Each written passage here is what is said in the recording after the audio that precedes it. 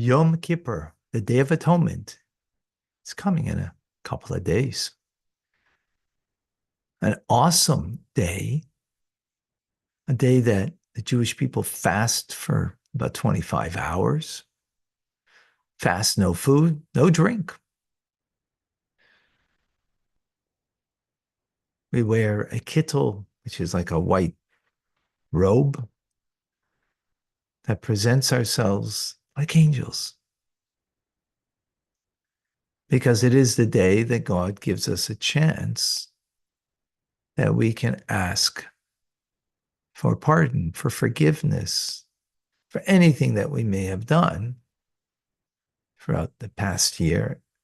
It's inappropriate, that is not allowing us to properly connect to God and to connect our purpose for what we were created for, that we didn't do things to fulfill the intended purpose of our creation. So God allows us a day that we can cleanse from all of the negativity of the past, any transgression, anything that created a blockage of the divine light, of the divine connection, of doing what God needs from us, simply put.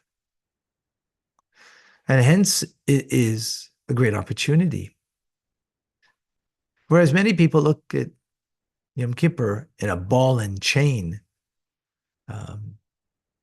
compelled, well, you got to fast. I mean, after all, it is Yom Kippur.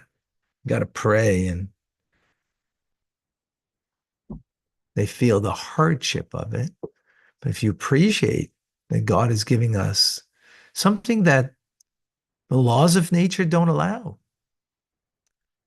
the laws of nature don't allow you to repair and fix things, right? If you're running from a cheetah and you slip and fall, cheetah gets you, right? You get the point. But God, who we're connected to, is beyond nature, allows us to have that day that we take stock, we look deep within ourselves and fix that which needs fixing, repair and mend the things in our lives and our soul that need redoing. And therefore we say a Shechianu prayer, thanking God that he brought us to this moment, thanking him to give us the opportunity that we could cleanse. So that way we can have a much more beautiful relationship with the Almighty. We can have a much more authentic fulfillment of the purpose we were created for. So wishing you all, like Marksi Mateva, may be sealed for a good year. Seal it up by, having an amazing Yom Kippur. And at the end of Yom Kippur, we do as the Rebbe did, dance and celebrate to Napoleon's march, because the march to victory is Napoleon soldiers saying as they went into war, having trust and faith that they're going to win the battle and singing the battle of victory already. So we sing the battle of victory, that we will be victorious, that we are victorious, that God's going to give us a great year, and that we are cleansed, we're fully secure and trusting in that knowledge. And therefore we sing Napoleon's march. It goes, ay, ay, ay, ay, ay, ay, ay, ay. Ay, ay, ay, ay, ay, ay, ay, ay, ay, ay, ay, ay, ay. Didam, ba-da-da-dam. Ay, ya, ya, ya, ay, ya, da, da. A good sweet cheer. Welcome to Tanya Today. I'm Rabbi Ronnie Fine coming to you from Chabad Zich and Kadeshim in Montreal, Canada, where it's a privilege and a pleasure to share with you the Tanya. We continue in the 20th letter. In this letter, speaking about the uniqueness of creation, the physical creation. And it's getting very Kabbalistic, um, very deep and profound. And the idea here is that the physical creation is coming direct from the Ein Sof, the limitlessness of God. And we're trying to understand what that means. So we have in creation the Ein Sof,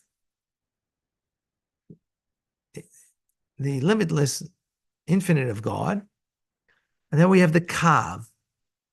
Kav literally means a line. That is the potential power of the finitude of God. Just like a line has a beginning, middle, and end.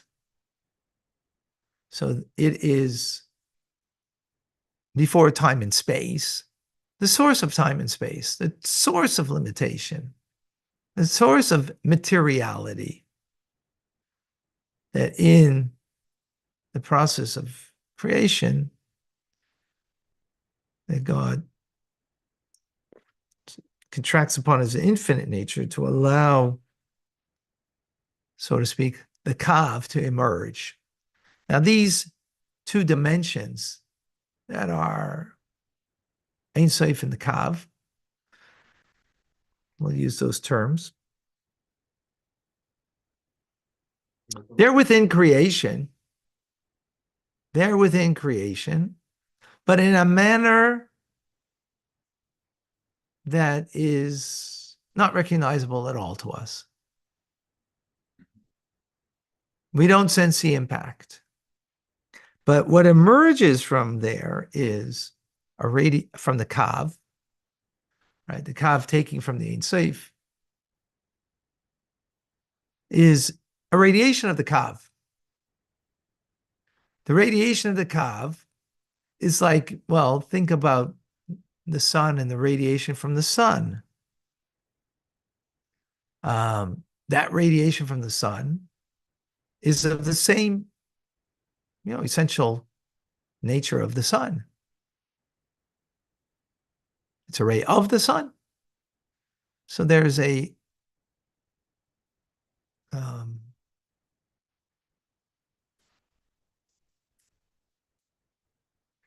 there is something that, I don't know, comparable is the right word.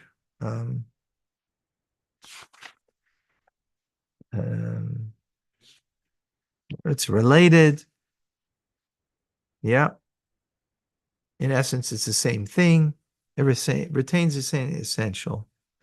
Then you have the radiation of a radiation. So like, the sun hits, maybe reflects off. Radiation of the radiation.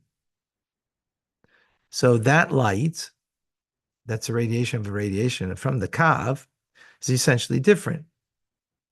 It bears only some external semblance of, or resemblance rather, of its source. Right? Only the fact of it still remains divine. Then you have a radiation of a radiation of a radiation. And that's within all created beings. That's within us already. Right? It doesn't retain any kind of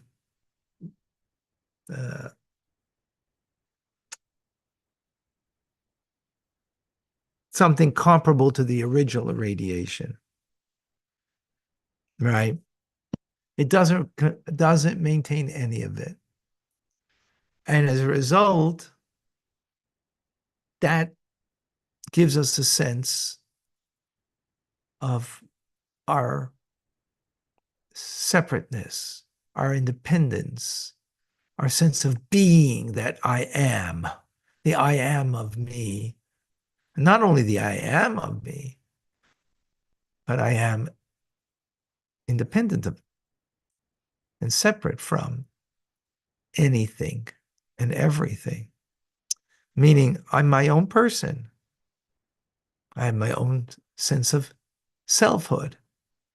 Not that I'm coming from somewhere, not that when we say coming from somewhere, I don't mean that you came in the past, in the present.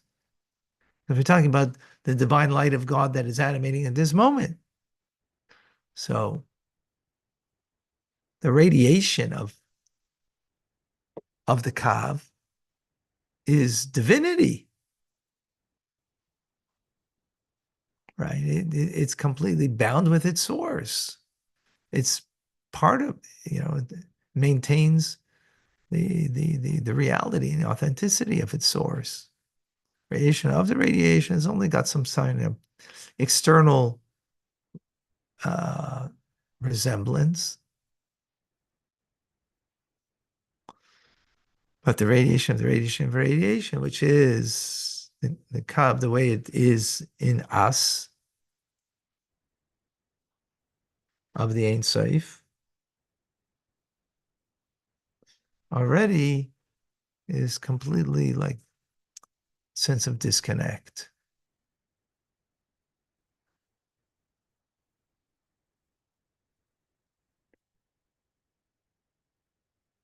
Okay. That it's a short teachings today. That's it. Go ahead. Being. Being.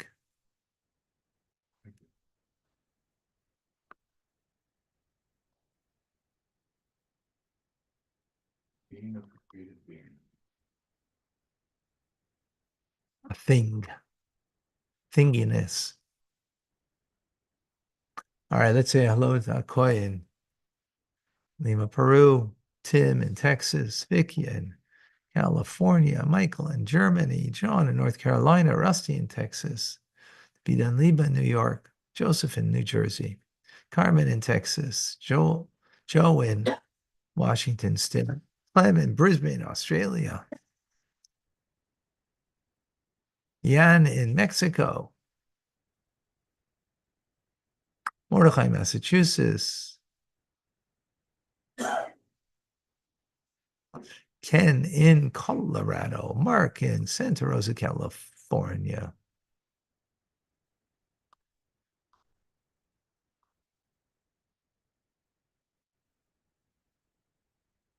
Gina in Calgary. Diane or Deborah Hanna in Pennsylvania. Andrew is in New Jersey. Rachel. Oh, there's a question on Instagram. Okay, Rachel. Thank you. In South Carolina. Patricia in Ohio. David in California. David in California. Jay in Illinois. Hannah. Henya Tova in, I forgot, you have to remind me. Suzanne in Miami. Konyait in Turkey. Jessica in Pennsylvania. Okay, we got a question here.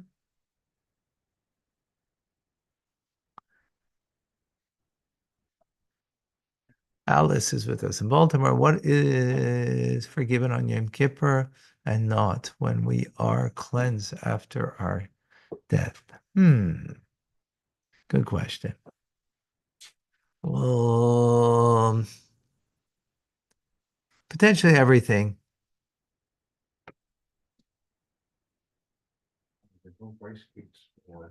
Okay. David, please. Thank you. Okay. Potentially everything. And if not, Don't worry about it. Do what you got to do. Yeah, don't get stuck on what you're not going to get atoned for. Don't do that because that will be first of all, it will be very depressing. And it's not the focus. Focus is fix what you got to fix and have trust in God that He's accepted it. Of course, you got to be honest, earnest, truthful about it. Absolutely. But yeah, that, no problems, Livsha. All right. Wonderful. Rambam coming up. I'm Rabbi Ronnie Fine, coming to you from Chabad Zurich and Kadesh in Montreal, Canada. It's a privilege, a pleasure to share with you.